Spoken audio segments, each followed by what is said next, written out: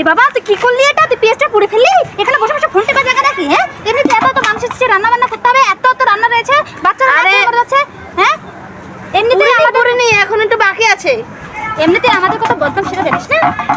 এমনিতে বলে আমাদের রান্না ভালো হয় না, বাচ্চারা অর্ধেক না খেয়ে থাকে, আমরা নাকি খাবার চুরি করি। আর তুই পেঁয়াজ পুড়ে ফেললে এটার হিসাব তখন কোত্থেকে দেবো? কি ডিম তো মনে হয় বেশি আছে এখানে, বাচ্চাদের 30টা, ডিম তো মনে হয় 35টা আছে, 5টা কি করবি? কি করবো, পাড়া প্রতিবেশীকে বিলিয়ে দিব? আমাদের কি ছেলে পেলে নাই নাকি? নিয়ে যাও বাসায়, খাওয়াবো।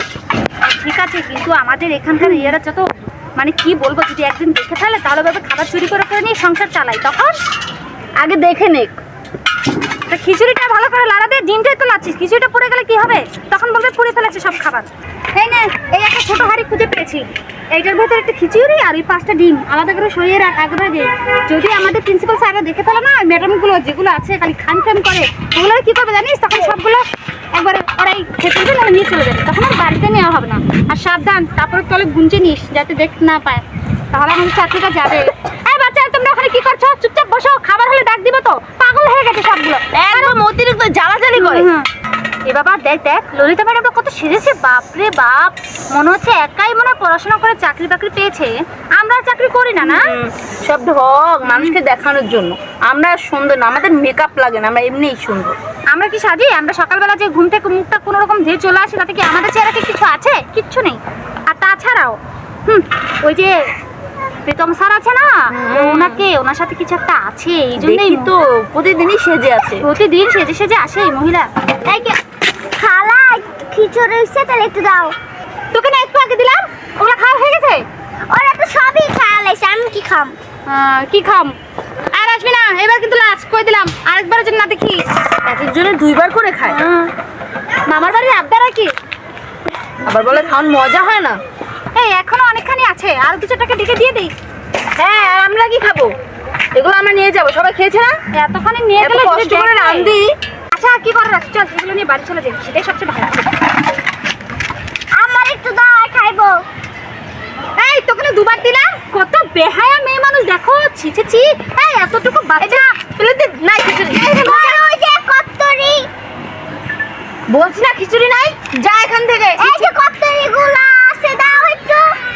এই এত ঝামেলা না করে একটু চলে যা।